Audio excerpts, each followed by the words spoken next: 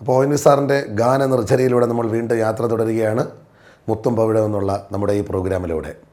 ഇതിൻ്റെ ലക്ഷ്യം എന്താണെന്ന് അറിയാമല്ലോ. അദ്ദേഹത്തിൻ്റെ സിനിമകളിൽ അദ്ദേഹം എഴുതിയ പാട്ടുകളിൽ ഇവിടെയെല്ലാമാണ് പാടുക അല്ലെങ്കിൽ പാട്ട് എന്നുള്ള വാക്ക് ഉപയോഗിച്ചിരിക്കുന്നതാണ്.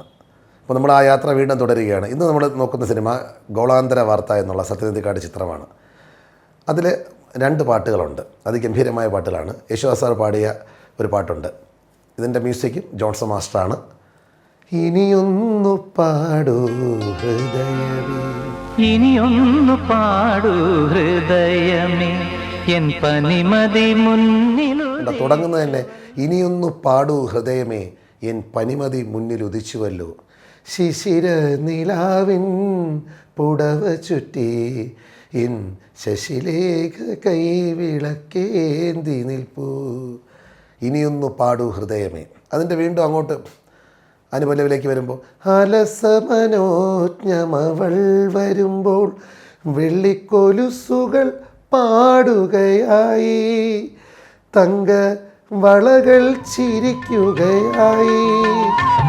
അലസമനോജ്ഞമവൾ വരുമ്പോൾ വെള്ളിക്കൊലുസുകൾ പാടുകയായി, തങ്കവളകൾ അലസമനോജ്ഞം അവൾ വരുമ്പോൾ വെള്ളിക്കൊലുസുകൾ പാടുകയായി എന്നാണ്. അരികളായി പിന്നിയെ ചുരുൾമുടി കാണുകയെ എന്നെ അരിമുല്ല പോക്കുകയായി എന്നുള്ളതാണ്.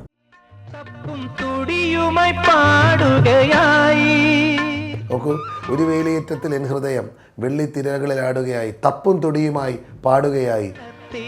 കുയിലുകൾ പാടുകയായി, എൻ്റെ കുയിലുകൾ പാടുകയായി. പുളകിതയാമിനി മലരംഗണത്തിൽ എൻ കുയിലുകൾ പാടുകയായി. എത്ര പ്രാവശ്യമാണ് ആ വാക്ക് വീണ്ടും വീണ്ടും ആവർത്തിച്ചിരിക്കുന്നത്. പല്ലവിയിലും അനുപല്ലവിയിലും ചരണത്തിലും അദ്ദേഹം ഈ വാക്ക് ഉപയോഗിച്ചിട്ടുണ്ട്.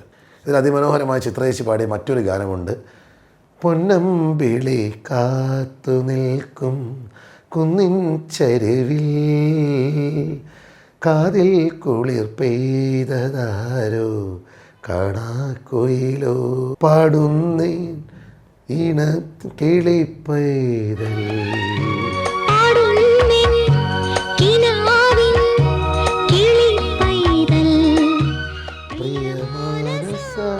പാടുന്നേൻ അവിടെയുണ്ട് പല്ലവിയിൽ.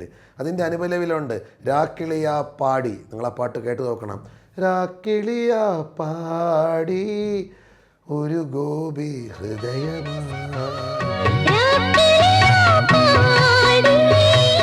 പ്രാണനിൽ നീ പാടുന്നു, പ്രണയാർദ്ദനായി നീ പ്രാണനിൽ പാടുന്നു എന്നും അതിൻ്റെ ചരണത്തിലെ വരികളിലും ആ പാട്ടിലുമുണ്ട്. ആ പാട്ടിൽ പല്ലവിയിലും അനുപല്ലവിയിലും ചരണത്തിലും ഈ വാക്കുണ്ട്. പാടുന്നേൻ പ്രാണനിൽ പ്രണയാർദ്രനായി.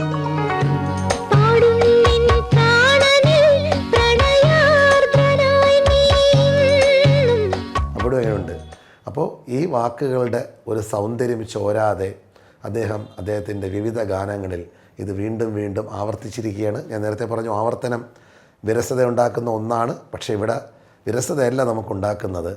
ഓരോ സങ്കല്പങ്ങൾക്കനുസരിച്ചും ഓരോ ഭാവങ്ങൾക്കനുസരിച്ചും അദ്ദേഹം ഈ വാക്കിനെ പ്രത്യേകം തരത്തിലാണ് തൻ്റെ ഗാനങ്ങളിൽ ചിരിക്കുന്നത്. അപ്പോൾ നമുക്കിനി വീണ്ടും യാത്ര തുടരാം. ഇങ്ങനെ കിടക്കുകയാണ്. ആ സമുദ്രത്തിലൂടെ നമ്മൾ ഒരു കര എത്തുമോ എന്ന് നോക്കാം. ആ ഗാനങ്ങളിലൂടെ നമുക്ക് വീണ്ടും യാത്ര നടത്താം.